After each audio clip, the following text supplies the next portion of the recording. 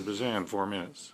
Thank you, Mr. Chair, and thank you, General and Professor, for joining us here today. General Leslie, you were a Liberal Member of Parliament. Did Prime Minister Trudeau or Minister Sajjan ever come to you for advice on developing things like defence policy? To answer the question and to put it in context, prior to the 2015 election, I was the co-chair along with Mark Garneau of the Liberal Policy Platform sessions, which focused on defense, security, and borders. And in that context, the Liberal Defense Platform of 2015, I was very pleased to have quite a say and influence on, and that on also on veterans policy. Strong, secure, engaged. How much did they consult you? There was some, but a lot of it was based on the work that had gone into defense policy platforms. The tragedy is, when it comes down to delivery of what was in there, did they talk to you about how to get things done, how to buy the kit that we need? no, I tried several times, not necessarily with the Prime Minister, but his interest in defense, as we all know, is not terribly high.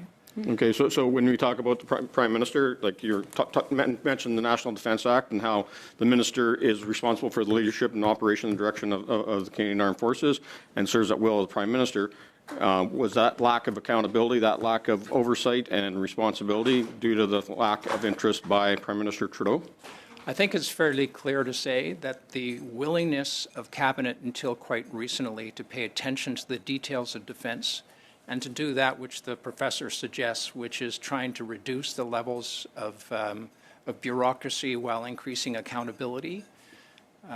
Essentially, it's gone nowhere for the last 10 years because of their level of interest in defense and security issues, which is why we're in such, not big trouble, but which is why we're in such disrepute with our friends and allies in NATO and increasing disrepute down south because we promised to do something that would involve commitment of finances, and we have not followed through on that promise, and we're being held to account now. So with the procurements that have taken place, and Professor Lagasse has clearly laid out what the government has purchased, and which us as the official opposition have been supportive of, has there been enough kinetic equipment purchased to ensure that we are able to defend Canada and participate in allied missions as required? Absolutely, categorically not. And the focus has not been on kinetic equipment, things which harm people, keeping in mind the penultimate role of the Canadian Forces and the one which they prepare for is to engage in combat and fight and win the nation's wars alongside our friends and allies. To buy to ensure that we're providing the equipment to protect Canada, like air defence, and what do we need to further complement our efforts in places like Latvia and elsewhere in NATO missions? There is a list longer than my legs. My arm's a bit gibbled right now, but that I could easily rattle off. But I would just say, simply put, the short-term things which are readily achievable within a matter of months, if we have the will, long-range precision strike rocket systems for the Army, new self-propelled guns, air defense, a real system that can actually reach out and touch past the short-range system we've currently acquired.